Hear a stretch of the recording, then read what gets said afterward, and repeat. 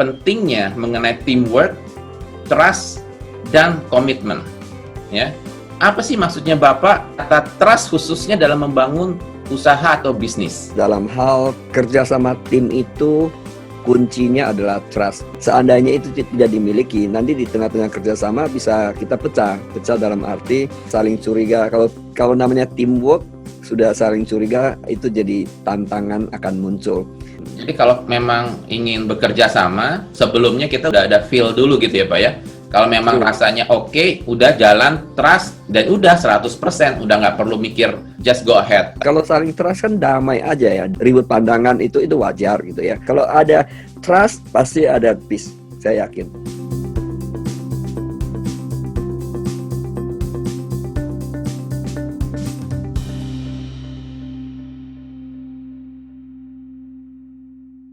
Apa kabar Pak Unggi? Lama sekali kita nggak bertemu ya. Iya, kabar baik, Matt. Ya, tidak ketemu secara fisik, tapi ketemu secara virtual. Iya, luar biasa. Kalau saya bayangkan ya, nggak terbayang loh tahun lalu percepatan dari industri digital ini di kita sehingga sekarang ini kita bisa ngobrol seperti ini, menggunakan berbagai macam fasilitas digital ya. Ini yang dimaksud mungkin ya, everything happen for good reason. Dengan adanya ini memicu kita untuk belajar tentang sesuatu yang berkaitan dengan digital, termasuk komunikasi. Iya kan? Kita secara nggak langsung mungkin tanda kutip ya di sini bersyukur juga dengan COVID karena memaksa kita yang tadinya mungkin masih gaptek, hampir seluruh masyarakat paling tidak yang bekerja itu udah harus online, karena kerja dari rumah, kerja dari tempat-tempat yang jauh lebih aman. Sekarang kan semuanya upgrade ya, dipaksa upgrade dalam 3 bulan. Ya, dari sisi positifnya itu benar sekali, Matt.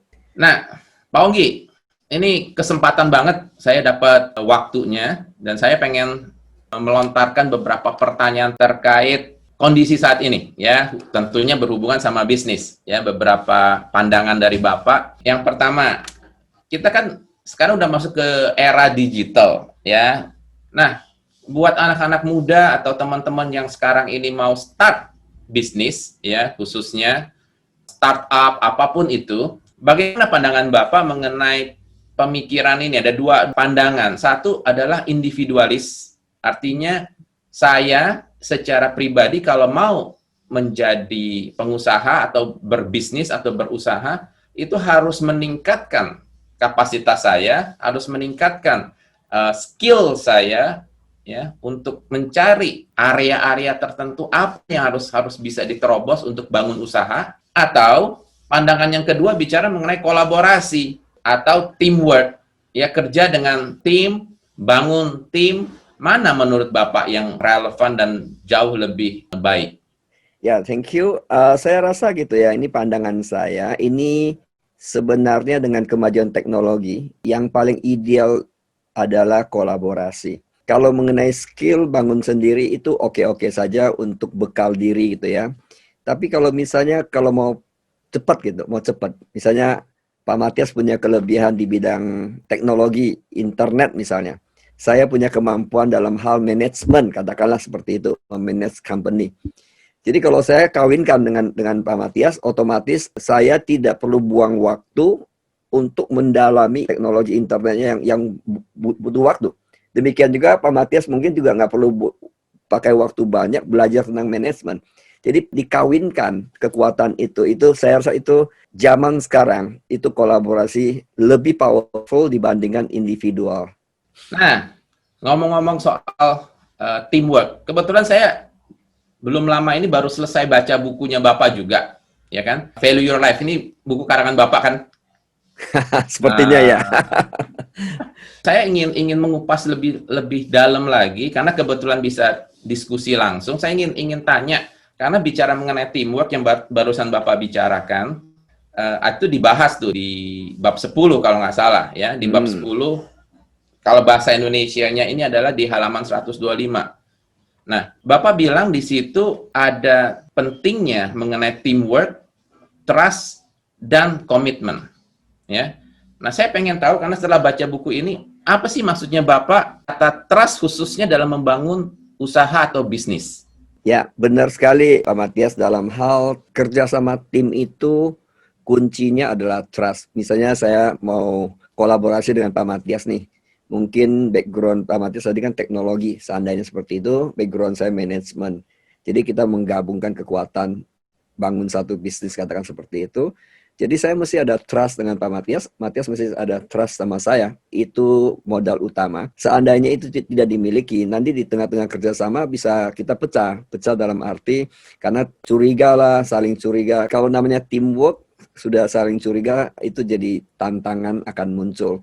Sama seperti berkeluarga juga itu kan, orang pasangan juga mesti saling trust satu dengan yang lain. Pada intinya dikawinkan itu memang harus kuncinya itu. Dan mengenai komitmen itu sangat penting. Misalkan ya, kadang-kadang hal-hal semacam ini kurang diperhatikan akan merugikan pihak yang bersangkutan. Contoh aja Pak Matias misalnya, Pak Matias janji sama saya ini mau jual handphone seharga 1 juta lah seandainya. Sudah janji ini ke saya. Saya tahu Pak Matias belinya dari pihak yang lain, gitu ya. Sudah janji saya 1 juta, deal.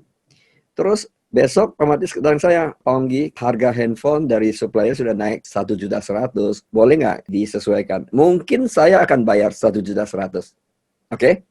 Tapi trust saya terhadap Pak Matias, terhadap dalam hal komitmennya, nggak dipegang. Di sini akan mengurangi nilai komitmennya. Sebagai seorang pengusaha, dia harus berani menanggung resiko rugi kalau hal itu terjadi. Karena komitmen janjinya itu di atas uang yang hanya beda 100.000 itu. Nah, hal-hal semacam itu kadang-kadang saya perhatikan dalam dunia bisnis, kadang-kadang mereka nggak peduli. Yang penting saya nggak rugi dulu. Yang penting saya nggak rugi dulu. Padahal dia nggak tahu dia rugi lebih besar di belakang. Ya, contoh seperti itu. Saya ingin pas lebih dalam lagi. Bisnis partner, ya kan? Tapi pertanyaan saya kalau baca di buku ini kan Bapak bicara harus trust 100%. Apakah memang boleh kita trust itu sampai 100%? Apakah itu ada bisnis partner atau terhadap tim lah, tim kerja kita, apakah itu tempat kerja, ya kan, atau organisasi apapun. Nah, pandangan Bapak mengenai ini gimana, Pak? Ini memang ada dua pandangan ya. Ada teori mengatakan bahwa kita nggak boleh percaya orang 100%. Kalau mau dibilang teori itu benar nggak? Ada benarnya bahwa kadang-kadang kita bisa juga terjebak gitu ya. Tapi kalau kita bicara tentang harmoni dalam energi saya gitu ya. Ini pilihan, sebenarnya pilihan. Kalau mau bicara gitu memang ada kaitan kepada spiritual sedikit ya. Karena saya lebih memilih damai. Kalau saya memilih damai, harmoni, saya pilih percaya 100%. Kenapa? Kalaupun saya ada ragu 1% gitu ya, di dunia bisnis pun sama gitu. Misalnya saya ada ragu dengan 1% dengan pasangan lah. 1% bisa berkembang loh. Ngecek handphonenya, benar nggak? Ini ada apa? Ini cek. Nah, dari situ tadinya nggak ada apa-apa, cek tapi tersinggung. Sama-sama, kok lu nggak percaya gue ada? Misalnya gitu. Itu ribut jadinya. Itu kayaknya Jadi, banyak ya. karena kan itu namanya sudah, mungkin dia trust, tapi nggak 100%. Nah, makanya kenapa ada masa pacaran gitu ya. Mungkin dalam company juga gitu. Kalau kolaborasi, biasa mereka saling kenal dulu. Kalau saling dalam proses perkenalan itu atau negosiasi, ngobrol gitu ya. Kok ada energinya nggak match ini. Nah, better. Kalau saya pribadi, better saya putuskan nggak lanjutkan. Daripada nanti sudah jadi satu, baru kita pecah lagi, itu akan membuang banyak energi dan perasaan kedua belah pihak. Kalau tanya saya, memilih trust 100% or not at all gitu. Ini pandangan saya. Secara energi bagus. Jadi kalau memang ingin bekerja sama, ya kan, sebelumnya kita udah feel dulu gitu ya Pak ya. Kalau memang rasanya oke, udah jalan, trust, dan udah 100%, udah nggak perlu mikir apakah ini benar apa enggak, just go ahead. Tapi kalau misalnya sebelumnya merasa ya sudah nggak perlu dilanjutkan, ya stop, seperti itu ya Pak ya? Benar, karena gitu kan, Matt, namanya orang hidup kan ada satu kenyamanan, damai gitu ya. Contoh lah, Matias dengan Floren berpasangan gitu. Kalau saling trust kan damai aja ya, damai. Ya memang kadang-kadang kita bisa ribut pandangan, itu wajar gitu ya. Tapi damai dalam arti I trust you.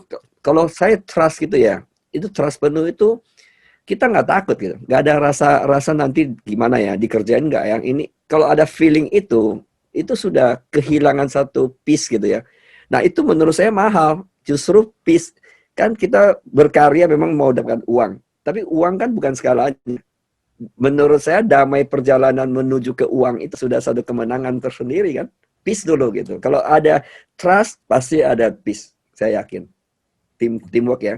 Tapi bagaimana mengatasi kalau misalnya kita sudah trust, sudah jalan 100%, at the end ada sesuatu yang katakanlah menyebabkan tidak bisa berlanjut gitu ya. Berarti 100%-nya itu salah atau bagaimana? Ya, dalam perjalanan kita pasti ada lah ya. Misalnya dalam kita baik persahabatan, berteman atau organisasi profit maupun non-profit kan sering Ya, kita ada lihat even di dalam kelompok yang kegiatan rohani pun sering terjadi konflik. Tadinya oke, saya rasa wajar-wajar saja di tengah-tengah jalan terjadi begitu, tapi kembali lagi kalau memang saling ada trust-nya ya. Mungkin bisa jadi salah paham di satu dengan yang lain. Itu hmm, kalau mau kepala dingin dewasa seharusnya duduk bareng. Misalnya lah, saya diadu domba nih sama, misalnya kita kerjasama nih, Matias dengan Onggi kerjasama nih. hmm, Bisa juga ada pihak ketiga yang nggak suka, bisanya ya. Apa ya, itu karena persaingan ataupun apapun lah. Kadang-kadang ada orang iseng juga. Bisa juga orang adu domba misalnya. Oh, Pak Onggi bilang Matias ini nih. Sebaliknya dia ngomong ke saya, oh Matias ngomong saya Onggi ini. Nah, kalau saya nggak ada trust, yang terjadi apa? Kok ngomong saya di belakang gitu kan? Saya sudah trust. Lu mau ngomong apa terserah gitu. Saya tahu Memet nggak gitu orangnya, misalkan. Ya kan? Nah, misalnya kalau kita nggak kenal pribadi gitu ya, ya berusaha mendekatkan diri, tahulah misalnya, Met, saya dengar berita ini, benar nggak? Atau sebaliknya, Ongki saya dengar orang ngomong, benar nggak? Oh ternyata dua-duanya mengkonfirmasikan enggak benar. Berarti ya ini hanya orang isengin kita aja. There is why klarifikasi balik berarti ya. ya benar. Makanya komunikasi itu salah satu kunci juga ya Hmm. komunikasi. Mm-mm. Jadi kalau saya boleh tangkap bahwa kalau memang kita sudah trust dan balik lagi pemikirannya memang positif, berarti kita tidak ada pemikiran lain di belakang belakang kata-kata kita gitu kan. Pada saat Ya, saya klarifikasi dan dua-duanya trust, berarti ya sudah sama-sama tidak melihat ini sebagai ini maksudnya apa pertanyaannya, gitu ya Pak ya. Tapi mhm. memang ingin memang mengklarifikasi, ingin maju ke depan bersama-sama. Dan kalaupun Very misalnya true. itu terjadi satu dan lain hal, break apapun itu, kalau saya tangkap berarti legowo gitu ya Pak ya. Nggak dipikirin lebih lanjut atau ya sudah gitu ya. Pandangannya seperti itu ya Pak. Ya, karena gitu, kalaupun kita mau cari siapa yang salah, siapa yang benar dari suatu break begitu ya, pasti nanti yang ada adalah semakin menemukan kekesalan gitu ya. Tapi itu saya rasa tidak membawa dampak positif untuk maju ke depan. Kalau saya memilih, memang sebelum kita break kita pikir baik-baik lah atau ngobrol baik-baik. Tapi memang nggak ada pilihan nih. Ternyata memang sudah nggak bisa saling percaya. Saya juga pernah alami gitu ya. Ya udah kita baik-baik berpisah. Tapi persahabatan kita nggak terganggu loh. Mungkin kita nggak kerja sama lagi dalam bisnis, persahabatan saya tidak mau terganggu. Saya pikir ya tetap sahabat adalah sahabat, teman adalah teman. Seharusnya cara berpikir begitu. Nah, tentang kesalahan itu ya udah kita nggak lanjut, mau dibawa ke depan buat apa lagi. Malah kalau saya sih berusaha putus itu nggak mau ingat lagi karena akan merusak pikiran saya nanti mau kerja sama dengan orang lain, ya kan? Kalau saya sih strategi saya akan relearn kembali. Relearn kembali artinya ada istilahnya unlearn lah, unlearn and relearn kembali. Saya nggak mau peristiwa yang buruk ini ke depan. Sehingga saya ketemu partner yang baru, partner bisnis baru, saya dengan fresh itu lagi gitu. Itu strategi saya sih. Nah, Pak Onggi boleh nggak cerita pengalaman Bapak? Tentunya dengan perjalanan hidup bisnis saat ini ya di industri network marketing, ya Bapak berkembang dewasa banget kan. Nah, Lumayan dalam lah. perjalanan pasti ada dong kerjasama-kerjasama yang tidak berjalan dengan baik gitu ya. Nah, boleh cerita sedikit bagaimana yang Bapak bilang tadi trust mengatasinya dan melaluinya buat kita untuk pandangan-pandangan kita juga nih yang akan mengalami kemungkinan hal-hal yang sama gitu kan dalam kehidupan pribadi, sosialisasi maupun dalam kehidupan bisnis. Bisa sharing, Hmm, Pak? ya sering terjadi, Pak Manti. Karena kadang-kadang manusia bisa berubah. Contoh saya punya pengalaman satu kali ke satu negara di Afrika. Kemudian diajak sama Dr. Raul juga bareng-bareng, diajak salah satu tanda kutip leader gitu ya, ke negaranya. Kita disambut, ini coba lihat, ini permainan yang menarik ini. Disambut dengan luar biasa di airport, kemudian digiring dengan mobil polisi. Kita dibawa ke kayak pantai taman gitu ya, makan malam dulu, dinner and so on. Besoknya training. Tapi selesai training sudah gejala nggak benar gitu. Begitu keluar dari ruangan itu, kemudian kita disandra. Ini true story. Disandra, kemudian mulai negosiasi gitu. Intinya mereka mau meras gitu kan. Padahal itu orang itu tadinya teamwork sama kita loh dalam bisnis ini gitu. Dia pernah ke Jakarta malah. Kenapa kita terbang ke negaranya kan? Negara kecil di situ. Dan ya tujuan kita kan mau membangun tim ke situ gitu. Ya, ya. Nah inilah manusia kan bisa berubah. Mungkin dia melihat kita orang jauh dari benua yang lain kan diedifikasi gitu ya, teredifikasi dengan bagus. Ya dia pikir pasti banyak uangnya lah. Mungkin dia mau jalan pintas. Ya negosiasi mau minta uang lah intinya kayak gitu. Ternyata dia juga banyak melakukan manipulasi uang sebelumnya di bisnis ini dengan dolen-dolennya. Nah akhirnya kita find out itu ngobrol. Nah untung waktu itu ada Dr. Raul di situ. Dr. Raul kan lebih mengerti budaya orang Afrika gimana lah. Ya saya sama tim saya ya tenang aja karena kita sudah tahu ini ujung-ujungnya mau ini kan. Nah, tenang saja. Kemudian, nah untungnya di situ juga ada satu pendeta nih. Sorry ya, ini kalau bicara pendeta jangan tersinggung. Ini pendeta sama pendeta nih. Nah pendeta senior ini ngomong sama dia, lu nggak bener, lu nggak bener. Nah mungkin mereka pendekatannya melalui budaya, keyakinan dan sebagainya ya. Akhirnya dia bisa cooling down, biarkan kita pergi, tapi akhirnya kita tetap pegang prinsip bahwa kita nggak bisa. Pokoknya kalau kamu mau peras seperti ini nggak benar, dan bahkan kita bukan hanya itu, kita terus mempermasalahkan dia punya manipulasi. Jadi kita cut dia punya manipulasi, nggak diterusin lagi. Nah itulah terjadi, akhirnya kita break sama dia kan. Tadi dibicara kerjasama bisa break. Bisa nggak? Ya break, karena nyata-nyata dia manipulasi, nyata-nyata dia membahayakan nyawa kita. Karena waktu dia Sandra itu bukan sendiri, Matt. Ada orang Afrika mungkin ada sekitar 30 badan yang besar-besar untuk putar kita gitu. Ya waktu itu kita karena jam terbang dan ketenangan kita kan sudah belajar di bisnis jaringannya. Jadi kita berusaha cool, tenang. Ya thanks God lah, akhirnya happy ending dan akhirnya orangnya merasa malu. Terakhir ya, endingnya seperti itu. Kita akhirnya bisa pulang dari negaranya aman saja dan cuma kita break bisnis sama dia. It can be happen in any kind of business. Any kind of business, any kind. Karena sometimes orang mau jalan pintas kan, gitu. Ya. Nah, karena Bapak bicara mengenai bisnis jaringan dan tadi cerita bagaimana perjalanan ini juga saling support. Ya, nah saya ingin bicara lebih jauh sedikit ya. Tetap di bab 10 nih kita ngomong karena di situ bicara mengenai teamwork. Teamwork itu menjadi salah satu poin yang Bapak garis bawahi ya di buku-buku Bapak itu. Value Your Life. Di bisnis jaringan berarti teamwork ini merupakan salah satu poin yang esensial kan Pak? Betul nggak Pak? Ya. Tapi bagaimana pandangan bahwa individualisme yang pertama tadi itu yang orang merasa, saya kan harus meningkatkan kemampuan saya. Kalau saya tidak punya kemampuan, saya tidak meningkatkan skill saya, apakah di internet, apakah di marketing, apapun, bagaimana orang bisa percaya sama saya? Bagaimana orang bisa berbisnis dengan saya? Ya kan? Nah, tapi kalau Bapak tadi bilang bahwa lebih mengedepankan teamwork nih. Ya kan? Nah, apakah bisnis jaringan ke depannya, saya bilang 10 tahun, 20 tahun ke depan ini, menurut pandangan Bapak masih akan tetap harus kokoh, harus mengedepankan teamwork ini? Saya sangat yakin bahwa network marketing sedikit beda dengan bisnis umum gitu ya pada umumnya. Bisnis jaringan itu lebih kepada relationship itu sangat penting karena bisnis kita sebenarnya bisnis manusia. Bisnis jaringan itu adalah bisnis manusia. Nah, kalau namanya bisnis manusia kan berarti yang perlu diperhatikan tentang manusianya gitu. Hubungan antar manusianya itu penting sekali. Lebih penting di atas skill-skill yang lain. Misalnya contoh, saya dengan Pak Matias misalnya sudah saling trust nih. Sudah saling trust, saling melindungi, saling care gitu. Misalkan saya ada kekurangan di dalam satu skill tertentu. Misalnya saya, waduh ternyata gaptek nih misalnya. Pak Matias dengan mudahnya bisa mengerti, bisa memahami gitu. Tapi kalau nggak ada unsur itu, waduh, yang ada bisa jadi kayak menghakimin, lu memang kurang ini, kurang itu gitu kan.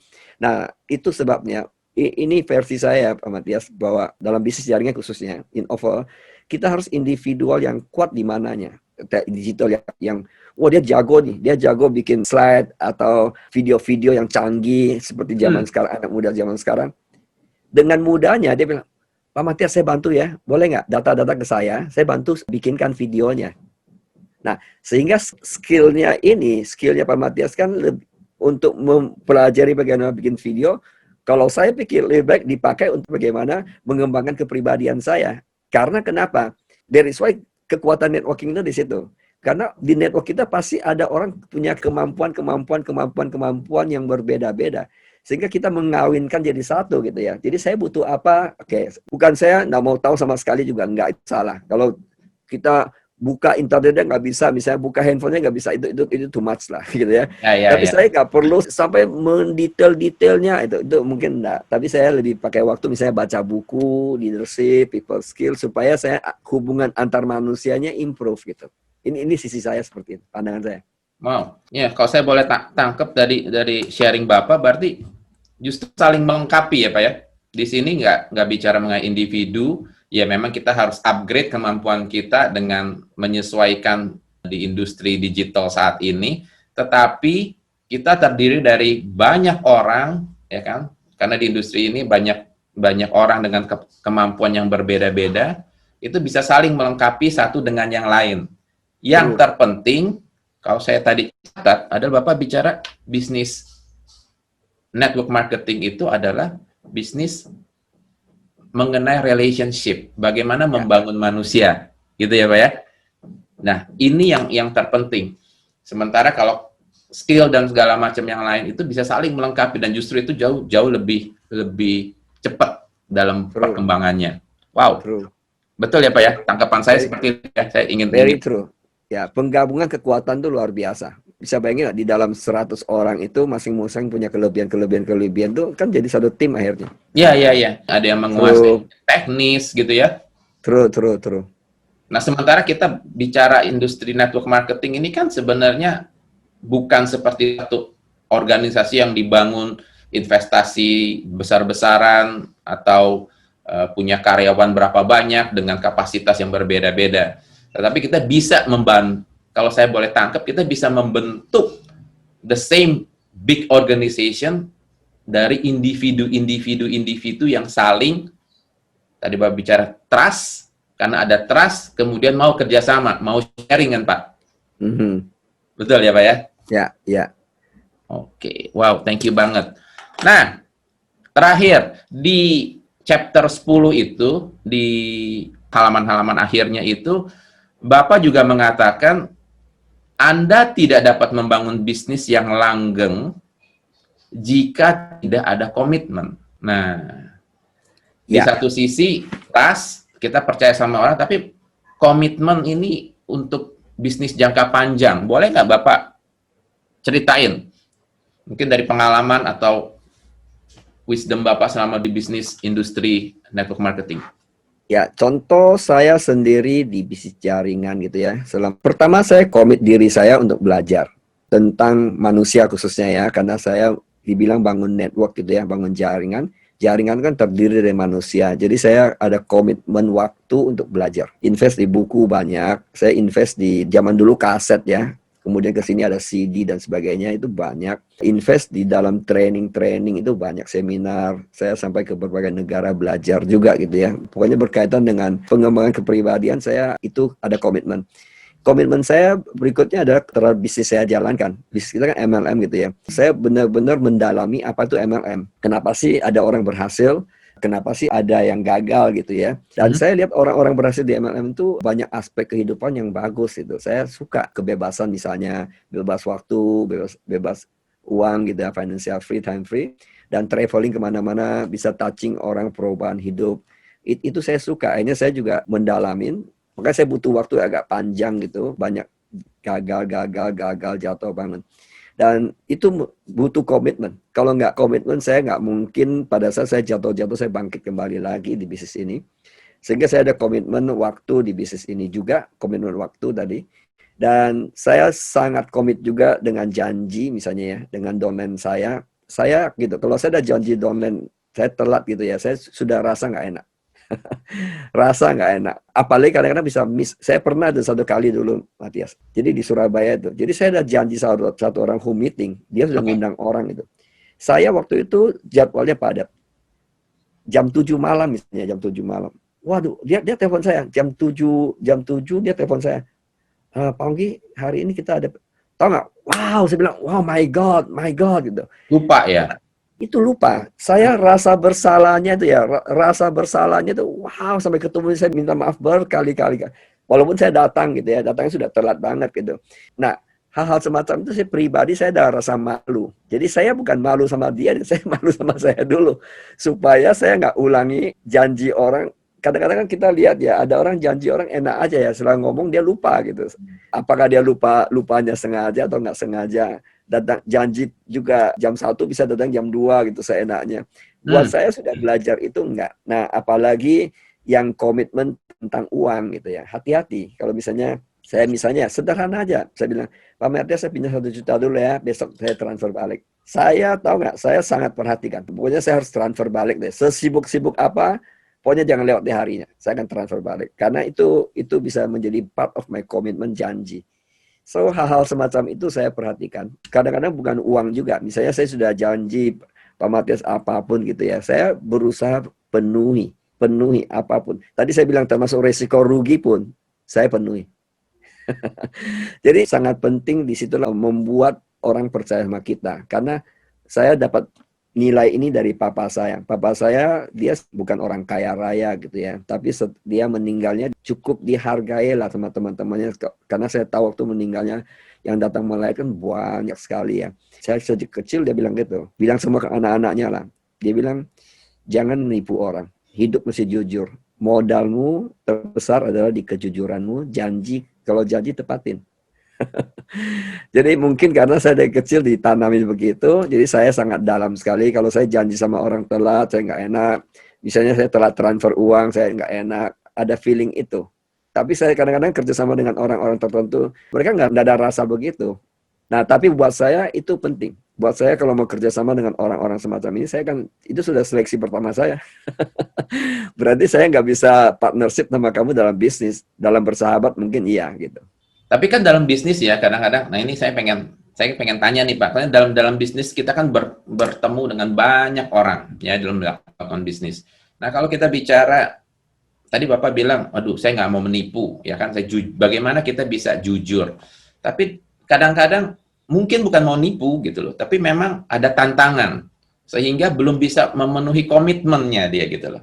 Untuk hal Kalau seperti ini, bagaimana cara mengatasinya? Kalau begitu minimum ya, misalnya contoh, Matt, saya mau transfer 10 juta hari ini. Besok ya saya pinjam 10 juta, besok saya transfer ya. Bener, besoknya saya bener-bener nggak ada di tangan nih, nggak ada Ya, di tangan nih. Saya harus berani, gentleman, telepon Pak Matias atau ketemu gitu. Sorry, I break my promise. Nggak, saya bukan nggak mau, bener-bener nggak bisa. Daripada misalnya saya diam aja ya. Ada kan orang gitu ya, menghindari, avoid gitu. hmm, Kalau saya avoid itu, malah satu saya akan membuat satu kebiasaan saya buruk, akan menjadi habit saya nantinya. Kedua, tentu ada penilaian tersendiri Pak Matias terhadap Onggi ini. Nah, tapi saya kalau jelaskan alasannya kenapa ini, mungkin Pak Matias bisa ngerti. Oke, nggak apa-apa kok, Onggi besok juga nggak apa-apa. Bahkan minggu depan juga nggak apa-apa. Minimum kan ada komunikasi seperti itu. Ya penting sih, mengenai janji itu penting, Matt. Contoh ya, ini barusan saya ingat. Kalau bisa misalnya tentang janji tepati. Ingat nggak, Pak Matias, kita di zaman hampir 18 tahun yang lalu, kita ada namanya intensive training yang masih hadir setiap minggu. Nggak boleh absen, masih ingat? masih ingat, Ya. Kalau absen sangat satu mendalam. kali nggak boleh lagi. Dia harus tunggu masuk periode berikut. Nah, saya masih ingat tuh, Matt. Waktu itu saya diajak salah satu downline saya ke Eropa. Nah, saya terbang ke sana, tahu nggak, Matt? Meeting selesai. Besoknya saya terbang balik ke Jakarta. Tahu Langsung. kenapa? Ya, tahu kenapa? Karena saya bilang bahwa tidak boleh, pertemuan kita nggak boleh absen. Nah, walaupun saya sebagai mentor di situ, jangan semena-mena juga. Walaupun saya kasih penjelasan ke teman-teman itu bisa mengerti. Contoh ya, saya bilang, teman-teman yang intensive training ini, minggu ini saya off ya, saya karena ada ke Eropa. Saya rasa mereka juga bisa maklumin kok, Eropa. Mungkin saya kasih alasan bisa, Matt. Tapi berikutnya, Hmm. kalau saya punya murid kasih alasan gitu, saya nggak bisa tegur juga. Sehingga saya mesti kasih contoh, jangan, walaupun kita sebagai mentor, bukan semena-mena juga gitu. Walaupun orang bisa, kalau kita jelaskan, tetap orang bisa mengerti. Tetap saya nggak pakai fasilitas itu. Saya tetap balik. Padahal hati saya kan, waduh mau jalan-jalan nih sekaligus. Biasa kan orang Asia kan gitu, Matt, sekali tugas, sekali jalan-jalan kan. Ya, belum pernah Nah, ke Paris. ya belum pernah ke Paris, tapi saya meletakkan komitmen saya itu di atas main-main saya. Wow. Saya menempatkan komitmen saya bahkan di atas saya sebenarnya berhak gitu ya, berhak itu memakai power itu karena saya mentornya dong, ya kan? Tapi saya tidak mau gunakan itu. Saya tahu saya bisa, tapi saya nggak mau karena kalau saya lakukan itu, saya tidak bisa mendidik tim saya, lain kali disiplin atau komitmen. Nanti dia kasih alasan, saya juga nggak bisa apa-apa karena dulu saya juga kasih alasan. Masa lu boleh alasan, gua nggak boleh alasan. Iya kan? Even bisa Pak Matius dengan anaknya Jojo. Ya kan? Jojo juga smart gitu. Misalnya coba kamu kasih alasan, jangan main handphone ya. Nah, suatu saat lagi makan jangan main handphone ya misalnya. Lu makan, lu main handphone, lu kasih alasan ke anakmu. Dia nggak terima. Memang Betul. papa, ya memang papa boleh, saya nggak boleh. Nah, itu terjadi. Sehingga mau bela diri gimana pun susah. Jadi kalau tapi misalnya Pak Matius sama sekali nggak pegang handphone gitu ya. Dia nggak bisa apa-apa. Kalau dia pegang handphone, dia nggak berani sama sekali. Nah, itu sebenarnya itu part of the leadership yang banyak orang nggak sadar bahwa kadang-kadang nggak diperhatikan. Tadi Bapak bicara masih ngomongin soal komitmen, ya. Pak Onggi bicara mengenai komitmen yang dilakukan adalah satu pengembangan diri, kedua mendalami benar-benar mengenai bisnis MLM ini. Kenapa orang sukses, kenapa orang gagal gitu ya. Ya. Boleh nggak sharing ke saya khususnya di sini dan teman-teman pada saat Bapak mendalami MLM, mulai searching kenapa ada yang sukses, kenapa yang ada yang gagal. Nah, apa tuh intisarinya Bapak bisa sharing? Sebenarnya kalau mau diuraikan boleh cukup panjang tuh Pak Matias. Sebenarnya banyak faktor ya. Faktor individunya yang paling penting. Individu sayanya ya. Sayanya. Faktor diri saya. Diri saya itu faktor utama. Karena gitu, ada orang kan nggak mau belajar ya, tapi dia mau result gitu. Dia tidak mau belajar, tapi dia mau hasil. Nah ini kan menurut saya sih nggak make sense gitu. Kedua, karena faktor dia belum percaya sama bisnisnya itu bisa. Tapi sayangnya juga dia nggak mau belajar, cari tahu gitu. Oke. Faktor dia nggak percaya diri itu ada nggak? Ada juga gitu. Jadi faktor nggak percaya diri, faktor tidak percaya dengan company-nya, ya. Faktor tidak percaya dengan produknya misalnya, bisa juga. Karena begitu ada nggak percaya dengan satu produk itu mempengaruhi kita punya energi juga, ya. Kalau saya perhatikan bahwa kalau kita ngerti MLM itu bagus gitu ya. Saya nggak bilang bahwa bisnis ini best of the best, nggak begitulah. Maksud saya bagus dalam arti banyak aspeknya kita dapatkan, dapat waktu, dapat uang, kebebasan, kita bergaul dengan kelompok orang dari berbagai kalangan, ya, orang kaya, orang miskin, semua kita kenal, berpendidikan tidak berpendidikan kita kenal, bahkan kita punya relasi sampai ke luar negeri gitu ya. Banyak faktor termasuk pengembangan kepribadian gitu. Nah kalau saya suka gitu belajar. Apa sih? Nah, saya temukan faktor utamanya saya. Faktor utamanya me factor gitu ya. Makanya di buku saya juga ada bahas me factor. Baru mau ngomong, kayaknya ada di bab sebelumnya nih, me factor ya. Benar. Jadi contoh, pada saat saya di bisnis saya yang pertama ya, MLM saya yang pertama itu, saya naik cepat. Benar, naiknya cepat, tapi jatuh juga setelah itu. Nah, sementara saya punya cross line gitu ya, di perusahaan yang sama. Dia pada saat katakan saya di sini, dia masih di sini gitu. Tapi yang terjadi adalah grafiknya terbalik. Dia naik, saya turun gitu. Dia naik, saya turun. Nah, kalau di company yang sama gitu ya, produk yang sama, di kota yang sama, sementara tadi saya di atas, saya turun, dia naik, berarti ada yang salah dong. Saya pelajari, mungkin sayanya kurang sabar, kurang belajar. Itu memang iya, bagian saya personalnya mungkin orang nggak suka sama saya. Dulu saya kan agak emosional gitu ya. Tapi saya nggak sadar gitu. Bisa jadi saya nggak sadar. Kadang-kadang orang-orang kolerik ngomongnya kan juga tat gitu ya, melukai orang kita nggak sadar gitu. Kan orang kolerik kan kadang-kadang dia tembak aja gitu, dia nggak peduli gitu kan. Orang kita lukai kita nggak rasa. Nah dari situ kan kita belajar akhirnya, oh manusia itu ada 4 karakter lah, kita mesti hati-hati lah kayak gitu. Dan seterusnya lah. Akhirnya saya temukan juga selain diri saya, ternyata ada faktor yang lain, Pak Matias. Faktor yang lain adalah saya dulu kerja dengan tidak ada support system gitu. Ah, Ini kuncinya benar. Teman saya temukan, kalau dibilang kemampuan individu ya kita kurang lebih sama lah gitu ya. Kita individu, maksudnya kita kemampuan presentasi juga ada, kemampuan untuk yakinkan orang juga ada. Kalau dilihat kekuatan tim juga kurang lebih sama lah. Maksud saya tim dia juga ada studentnya, saya juga ada studentnya. Kalau dia ada dokter, saya juga ada. Kurang lebih sama. Tapi kenapa mereka naik gitu? Nah, ternyata mereka ada support system. Disitulah saya temukan jawabannya. Setelah saya merenung, kenapa ternyata ada support system. Misalnya contoh ya Pak Matias, saya bikin minuman yang enak lah. Atau kopi gitu ya. Kopi saya walaupun terenak sekalipun gitu, saya susah besarnya kalau saya nggak ada sistem. Nah, Starbucks contoh ya. Starbucks, kalau dibilang kopi Starbucks kan mungkin ada kopi lebih enak dari Starbucks tuh ada gitu ya. Saya yakin ada. Tapi kenapa bukan itu yang menonjol? Kenapa Starbucks menonjol? Karena Starbucks menekankan sistem. Demikian juga ayam goreng gitu lihat ya. McDonald atau Kentucky Fried Chicken, kenapa mereka lebih menonjol dibandingkan ayam goreng yang nenek saya mungkin gorengnya jauh lebih enak secara tes gitu ya. Tapi ya. kenapa menonjol? Karena mereka tidak ada sistem. Jadi sama. Jadi saya kesimpulannya, oh oke. Nah, sejak itulah saya mendalami support system. That's why FFG itu ada saat ini, Pak Matias. Nah, kalau support system kan kita duplikasinya, karena bicara jaringan kan bicara duplikasi. Kalau masing-masing kerjanya beda-beda, sudah kacau balau tuh. Kalau standar sama, ya. Kita lihat McDonald's standarnya sama gitu. Jadi duplikasinya cepat. Dan link antara satu dengan lain kalau ada sistem, kita lebih seragam kerjanya, lebih link secara energi maupun hati nantinya. Karena kebersamaan tuh sama-sama. Misalnya Pak Matias jalankan sama, saya sama, lama-lama kita merasa sama dong gitu kan.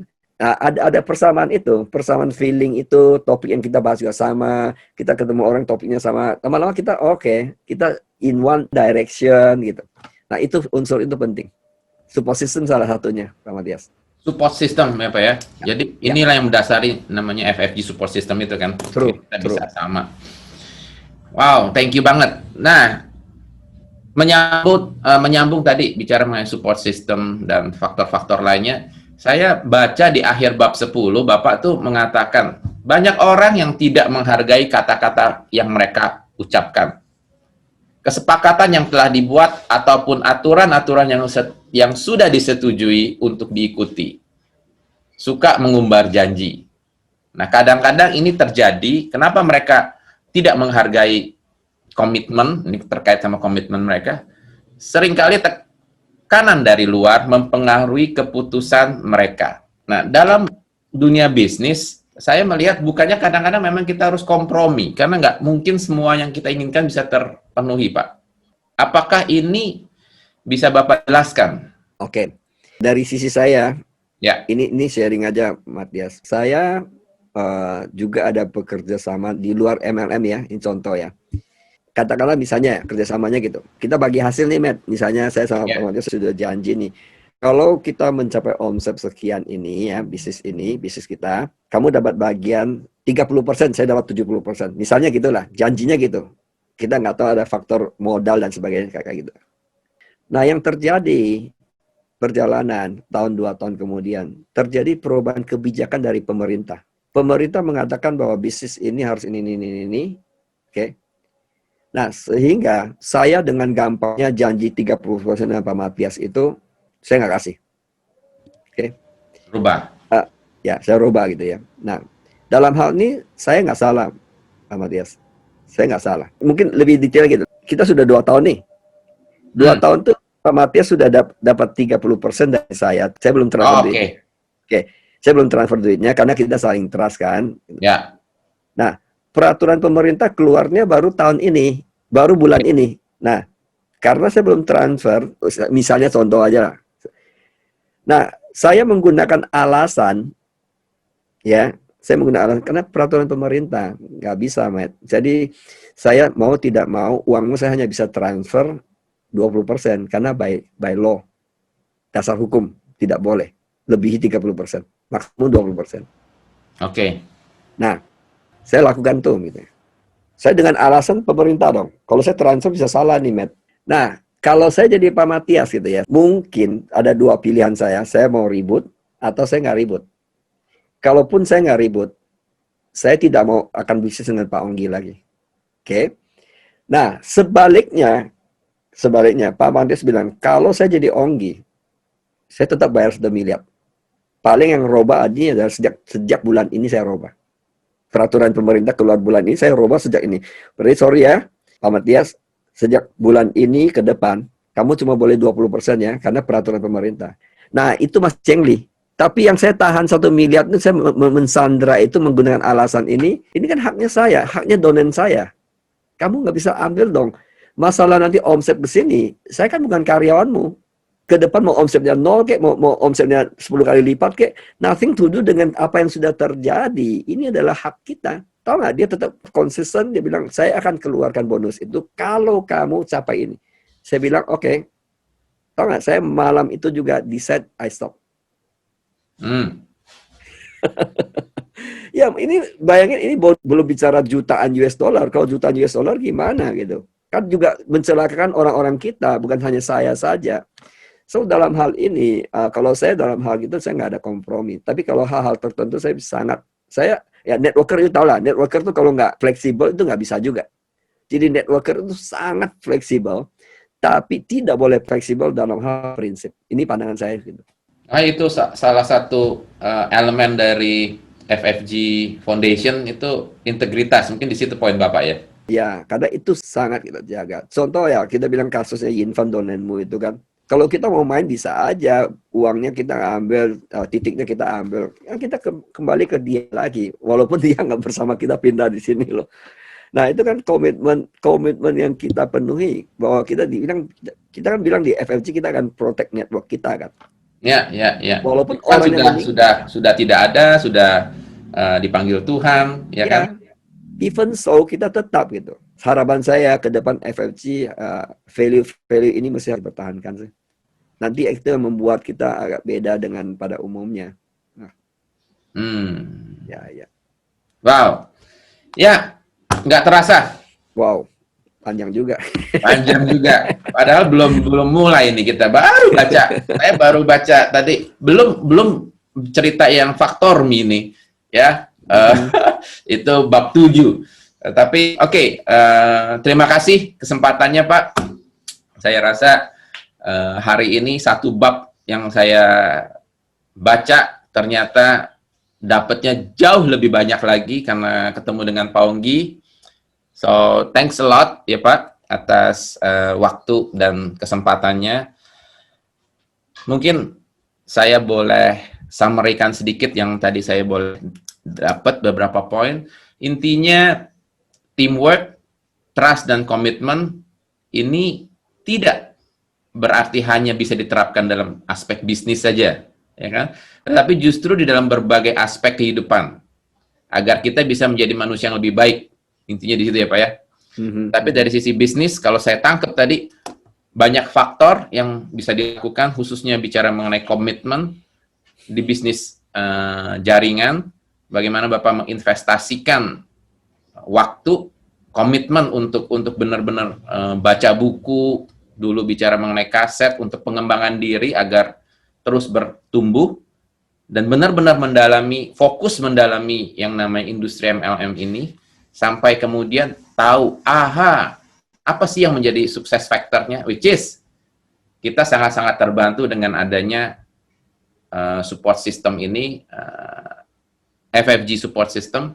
Sekarang ini sudah di 5 benua ya Pak ya, sudah di seluruh dunia apply. Artinya buat saya itu menunjukkan it works ya, bukan cuma di Indonesia. Dan yang terpenting adalah komitmen itu terhadap janji, karena itu akan build trust. Balik lagi ke poin Bapak, build trust. Dengan trust artinya kita bisa membangun kerjasama dengan jauh lebih terbuka, lebih baik, energinya satu. Itu yang saya tangkap dari diskusi kita, ngobrol-ngobrol kita hari ini. Terima kasih banyak Pak Onggi atas kesempatannya Sama-sama. kali lagi ya. Salam sehat selalu. Sampai ketemu. Sama-sama Pak Matias, happy diskusi sharing ya. Salam untuk keluarga juga, teman-teman yang dengarkan ini semoga bermanfaat dan jaga kesehatan. Oke, God bless you. Thank you. See you. Bye. Bye-bye. Apa sih sebenarnya poin gimana caranya gitu loh Pak, buat kita bisa menemukan seorang leader atau menarik sesuatu di dalam diri seseorang untuk dia tuh muncul gitu loh Pak. Jadi kita nggak bisa asal dengan orang, lu masuk lu jadi donen saya dan kamu jadi leader saya, bapak-bapak. Kan nggak semua orang bisa melihat potensi bisnis jaringan juga. Karena untuk melihat bisnis jaringan itu dibutuhkan bukan mata untuk melihat. Kita ada eyesight gitu ya. Ada juga mindsight gitu. Jadi dilihat dengan mind. Jadi apakah kita harus melihat sesuatu yang gimana Pak? Apa sesuatu yang positif yang harus kita lihat dari orang itu atau kita lihat bagaimana gitu? Untuk melatih seseorang melihat mindset itu, Mei, tidak segampang membalikkan tangan.